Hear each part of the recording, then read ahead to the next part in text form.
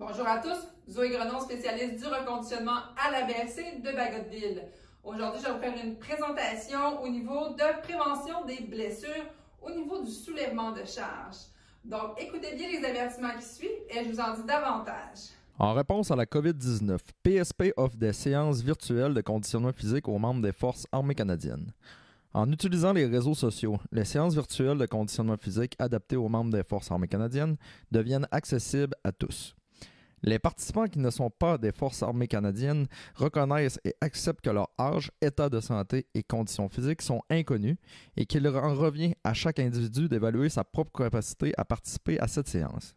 Puisqu'il est préférable de consulter un médecin avant de débuter tout programme d'activité physique, nous invitons tous les participants qui ne sont pas des membres des Forces armées canadiennes à consulter le questionnaire « Menez une vie plus active » de la Société canadienne de physiologie de l'exercice ainsi que son document de référence.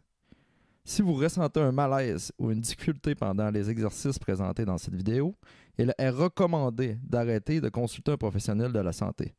Si des membres des Forces armées canadiennes subissent une blessure pendant cette vidéo, n'oubliez pas de remplir un CF98.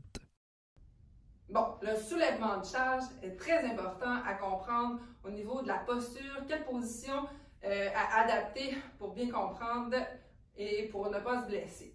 Est-ce que vous savez qu'environ 80% de la population va avoir un épisode de douleur au niveau du bas du dos durant sa vie? C'est pour ça que c'est important de comprendre comment le corps fonctionne. De plus, ici à Bagotville, environ 50% de la clientèle qui vont en physio sont des personnes qui ont des problèmes au niveau des douleurs au niveau lombaire. Donc, écoutez bien ce qui suit pour bien comprendre la bonne posture dans un soulèvement de charge. On part souvent, garde ton dos droit dans la posture, garde ton dos droit pour faire tel mouvement.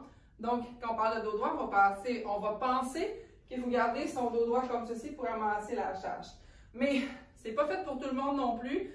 Côté anatomiquement parlant, les hanches, notre niveau articulaire, il n'est pas fait nécessairement pour aller chercher une charge aussi droite que ça au niveau du corps. Mais quand on parle de dos droit, on va venir aussi garder, si on pousse les hanches vers l'arrière, j'ai encore le dos droit ici au niveau du tronc. Donc, on parle de dos droit. Si là, je viens arrondir le dos, là, on change l'anatomie au niveau du dos. Mais l'important, c'est de garder la colonne au niveau du coccyx jusqu'au niveau cervical bien droit. Si je change, et là, ça ne devient plus le dos droit. Mais dans un soulèvement de charge, les masses musculaires qui sont super importantes dans le travail, c'est vos muscles des fessiers, les ischio-jambiers, puis après ça, les lombaires au niveau du tronc, vont venir, les extenseurs du dos, c'est là qu'ils vont venir vraiment être à travailler aussi. Donc, les muscles des fessiers, les ischio-jambiers. C'est un mouvement de hanche. Hein? En anglais, on appelle ça un hip hinge. C'est vraiment les hanches qui viennent pousser vers l'arrière et remontent vers l'avant. C'est ce mouvement-là, c'est le mouvement articulaire de la hanche qui va venir faire toute la différence. Souvent, quand on va voir les gens, ils vont venir faire un soulèvement avec l'articulation au niveau sacro-iliaque. Donc, ça va travailler au niveau des vertèbres. Quand on parle de force au niveau des vertèbres, un dos a une limite d'environ une force de cisaillement sur la colonne, imposée sur la colonne vertébrale, environ de 500 newtons. Si par exemple, je ramasse ici, puis là mon dos il est comme ça ici, il va avoir une force de cisaillement, là tout dépendant de la force là, au niveau du poids, il va avoir une force de cisaillement imposée à la colonne vertébrale d'environ de 1900 newtons. Donc il y a une bonne différence entre 1900 et 500 que le dos est capable. Mais là, si le dos reste bien droit, penché, rendu ici, on aura une force de cisaillement imposée à la colonne environ de 200 newtons. Donc, on est en bas du 500 newtons qui est imposé au maximum. Donc, c'est pour ça qu'il est important de prendre conscience que c'est l'articulation de la hanche ici, c'est nos fessiers qui sont super importants à travailler dans le mouvement.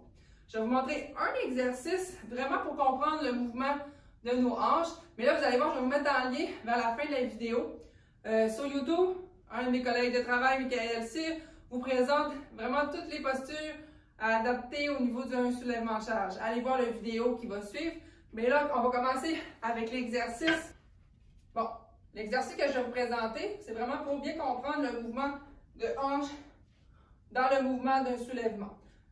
sur le lien que je vais vous donner vers la fin du vidéo, juste à cliquer dessus, puis vous allez voir vraiment les étapes à suivre comme il faut au niveau d'un deadlift, d'un soulèvement de charge. Donc, on vient placer le bâton au niveau du dos. On vient mettre la main au niveau du creux lombaire et l'autre main au niveau cervical. Il faut que le bâton touche les hanches entre le bassin, le milieu du dos et la tête. Il ne faut pas que ça décolle comme ça lorsque je fais le mouvement.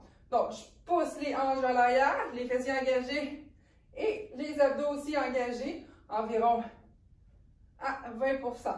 Et là, je contacte les fessiers et là, je le fais environ une dizaine de fois sans perdre le bâton. Hein. Fait que je garde le dos ici et par la suite, ça se fait aussi debout.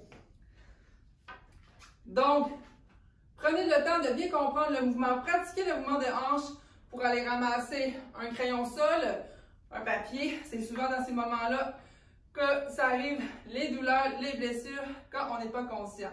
Et tous ces mouvements-là, pratiquez la prise de conscience dans les mouvements, dans toutes vos activités quotidiennes aussi, ça va être primordial à le faire. Donc, ici, le lien qui suit, important, cliquez dessus et allez voir vraiment tous les points importants dans un soulèvement de charge avec mon collègue Michael, qui va être super bon pour votre test force lors de la soulevée de sable des 30 fois.